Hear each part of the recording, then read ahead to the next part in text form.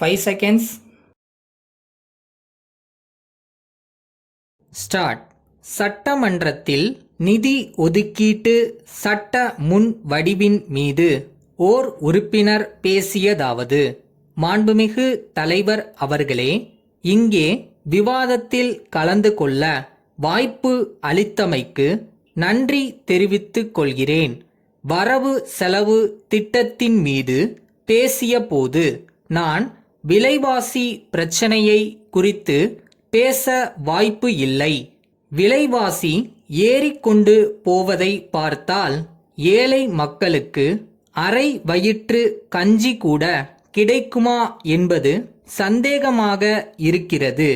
சாமான்கள் கிடைப்பதும் மிகவும் கஷ்டமாக இருக்கிறது.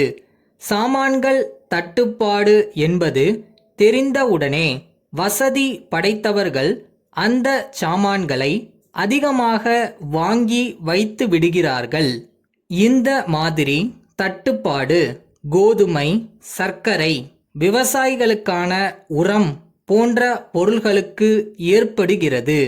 கடையில் வரிசையில் மக்கள் நிற்கிறார்கள்.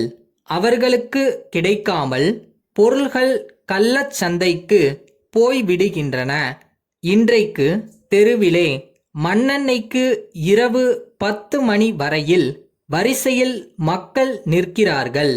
அந்த வரிசை கலைந்தவுடன் அதே வியாபாரிகளிடமிருந்து 20 லிட்டர் அளவுக்கு வாங்கி போகிற நபர்களும் நிறைய இருக்கிறார்கள். போலி அட்டைகள் நிறைய இருக்கின்றன. அப்படி போலி அட்டைகள் இருப்பதாலே அவற்றுக்கு கொடுக்க வேண்டியதை மிச்சப்படுத்தி கள்ளச்சந்தையில் விற்கிறார்கள். அதே மாதிரி சிமெண்ட், கோதுமை போன்ற பொருள்களும் தட்டுப்பாடாக இருக்கின்றன. பேக்கரி என்று போர்டு போட்டுக்கொண்டு கோதுமையை நிறைய வாங்கி வெளியில் விற்று விடுகிறார்கள். ரொட்டியில் கோதுமை மாவு போடுவதில்லை. முக்கால்வாசி கோதுமை தவிடுதான் போடுகிறார்கள். இது மாதிரி செய்வதற்கெல்லாம் முற்றுப்புள்ளி வைக்க அரசு நடவடிக்கை எடுக்க வேண்டுமென்று கேட்டுக்கொள்கிறேன். அடுத்து, நெசவாளர்களுக்கு கொடுத்த கடனை தள்ளிவிட்டதற்காக நாங்கள் மகிழ்ச்சி அடைகிறோம். அதேபோல விவசாயிகளுக்கு கொடுத்த கடனை கொண்டு அவர்கள் பயிர் விளைவித்து ஏராளமான லாபம் அடைந்திருப்பதால் தள்ளுபடி செய்ய வேண்டியதில்லை என்று சொன்னார்கள்.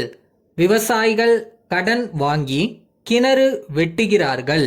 ஆனால் அந்த கிணறுகளில் தண்ணீர் வராமல் பாழாகி போகின்றன.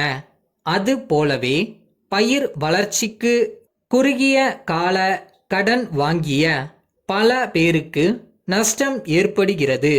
விவசாயத்தில் இயற்கையும் ஒத்துழைத்தால்தான் பயிர் வளரும். என் போன்றவர்கள் சொற்ப நிலத்தை வைத்துக்கொண்டு அதில் பாடுபட வேண்டியிருக்கிறது.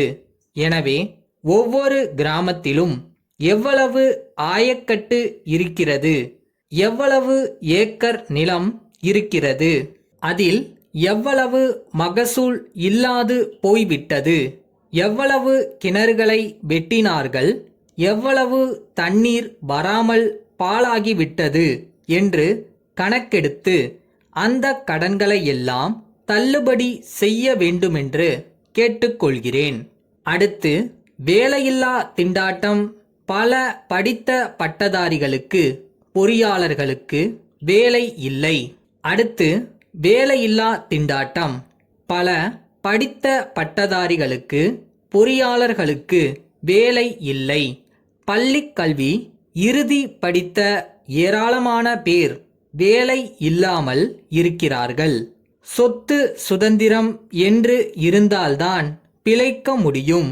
எனவே இந்த வேலையில்லா திண்டாட்டத்தை போக்க அரசு ஏதாவது செய்ய வேண்டுமென்று கேட்டுக்கொண்டு விடைபெறுகிறேன்.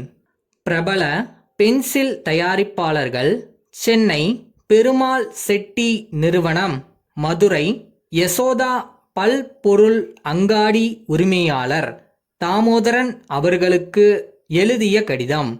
அன்புள்ள ஐயா, தங்களது 2ஆம் தேதிய கடிதத்திற்கு பதில் எழுத ஆரம்பிக்கும் முன்னர் தங்களது 3ஆம் தேதிய கடிதமும் கிடைக்கப் பெற்று விபரங்கள் அறிந்து கொண்டோம். தற்போது அனுப்பப்பட்ட விலை குறைந்த பென்சில்கள் உங்களது பகுதியில் சரியாக விற்பனையாகவில்லை என்பதை அறிந்து கொண்டோம். உண்மையிலேயே உங்களது பகுதியில் இந்த ரகம் விற்பனையாகுமா என்பதை அறியவே விலை குறைந்த சரக்குகளை அனுப்பியிருந்தோம்.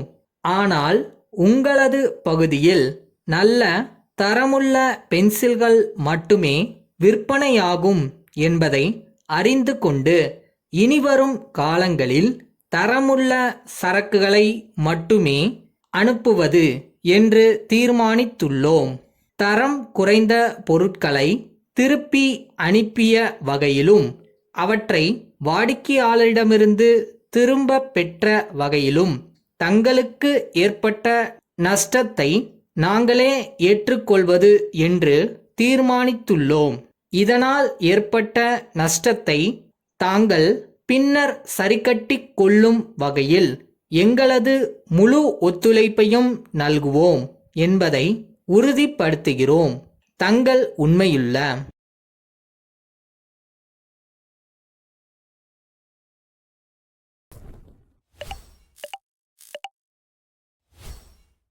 இதுவும் பாக்ஸிங் மாதிரி தான். அடிபட்டு கீழே விழுந்தா தோத்துட்டோன்னு அர்த்தம் இல்லை, மறுபடியும் எந்திரிக்காம விட்டாதான்.